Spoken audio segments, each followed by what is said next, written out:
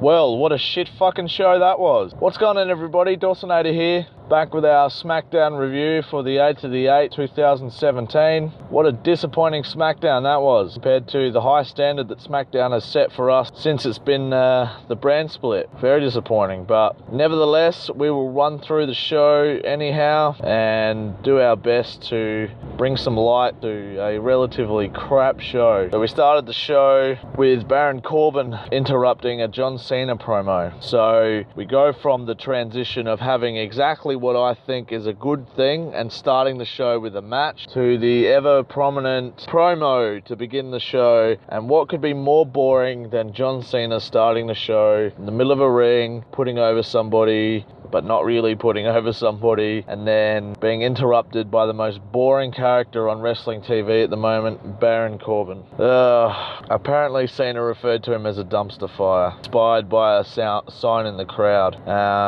Basically, Daniel Bryan came out and announced Cena versus Corbin for SummerSlam.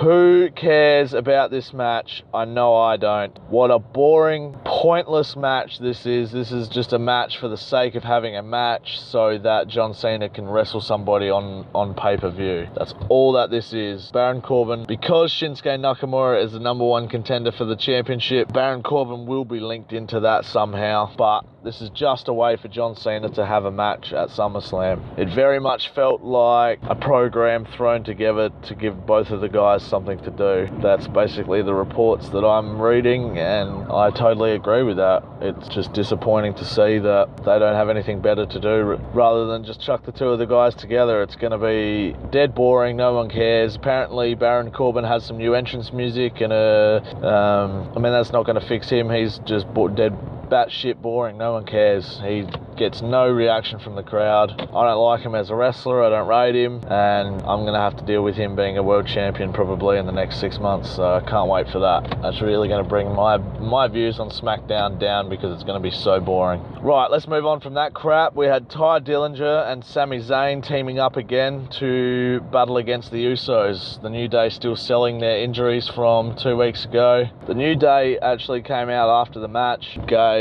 a piece of their mind to the Usos. We had the New Day mock them as they were speaking to them. It seemed like it was a pretty important preview for SummerSlam, so that's good to see that New Day and Usos are getting a fair bit of TV time to set themselves up for SummerSlam, so that's good.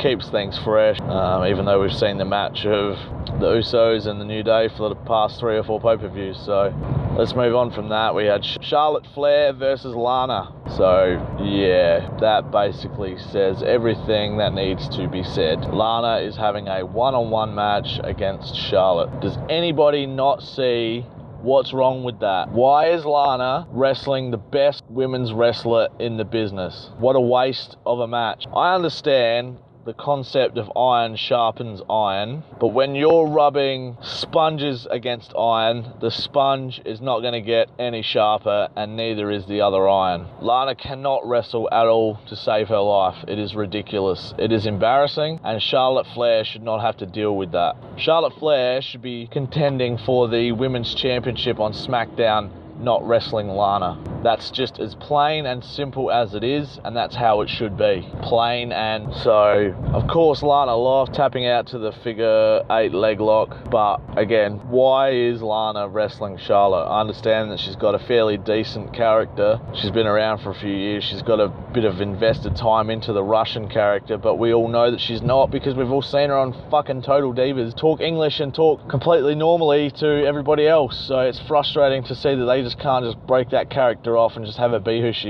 she is herself. Yeah, quite embarrassing. She's basically just got one slap in on Charlotte, and Charlotte beat the living shit out of her and beat her. So, it's just disappointing. It's just, you'd want to see someone like Charlotte having a triple threat match with Naomi and Natalia at SummerSlam. It's just, the three of them in a match would just be fantastic. So there's no point having her waste her time with Lana. We had AJ Styles, Kevin Owens, and Shane McMahon do another promo in the ring talking about the United States Championship. You had Shane McMahon standing in between the two competitors. Kevin Owens continued to be pissed off about his frustration over the loss from last week. AJ Styles challenged him to a match straight away. Owens basically didn't want that. Why would you? Got to do it on your terms. They were in Canada, so he said he'd rather win the US title in America where the US title belongs. So then a brawl broke out, ending with Styles catching Shane McMahon with a Pele kick. McMahon looked pretty pissed when he looked at AJ after he copped a kick to the head. So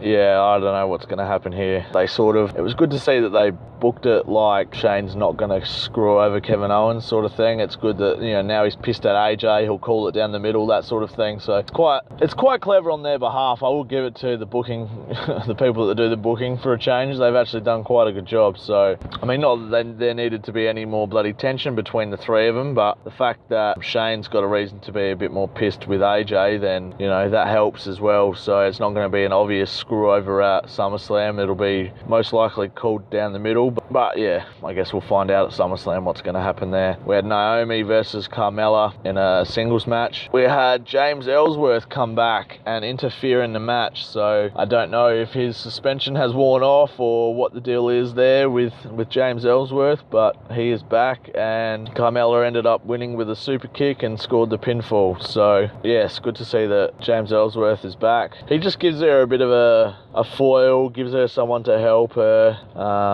It's good to see that he's back in the ring, and he's a good character. I mean, obviously he can't wrestle much now with with what he is, but he's perfect to be a women's valet for that. He's perfect for his role. He does it perfect. That's just what they want. So, but Carmella won, so she's got a pinfall victory over the women's champion Naomi, and it'll be interesting to see what happens come Sunday. I highly doubt they'll have two cash-ins on the one night. You never know. You never want to tempt fate. The WWE could do that. I don't see it happening personally, but who knows.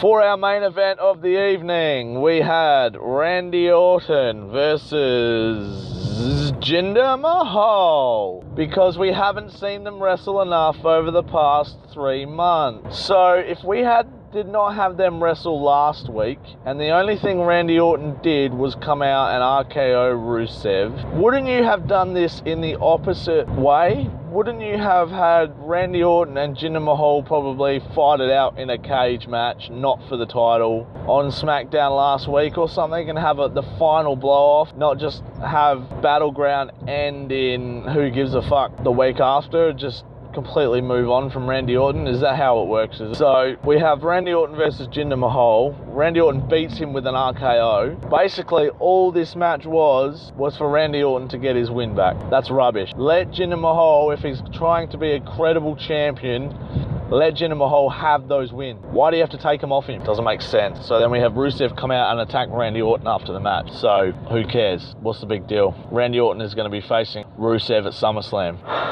It just hurts his credibility. It's just annoying. So I don't know what their plans are, but I just don't understand why you would have a heel champion lose clean on a Smackdown show. That's just dumb booking. That's something I don't get. It just seems like a waste. So what can you do? Basically, that's the show. What a boring show that was. What a disappointing show for SmackDown when they have such an exciting brand at the moment. I do not want to see John Cena versus Baron Corbin at SummerSlam. There's nothing more that I would want to see than Cena in a triple threat match with Shinsuke Nakamura and Jinder Mahal. That would just add another layer to the match. Leave Baron Corbin off the pay-per-view. Let us forget about him and then have him cash in at the end of the night or something. That is what I would like to see, but hey, I'm not the one in charge. I don't make the rules, so I don't know what to do about that. But SmackDown was a short show. This is a short review, and I will speak to you guys next week. Hopefully more upbeat about a show that was not rubbish, because Raw and SmackDown this week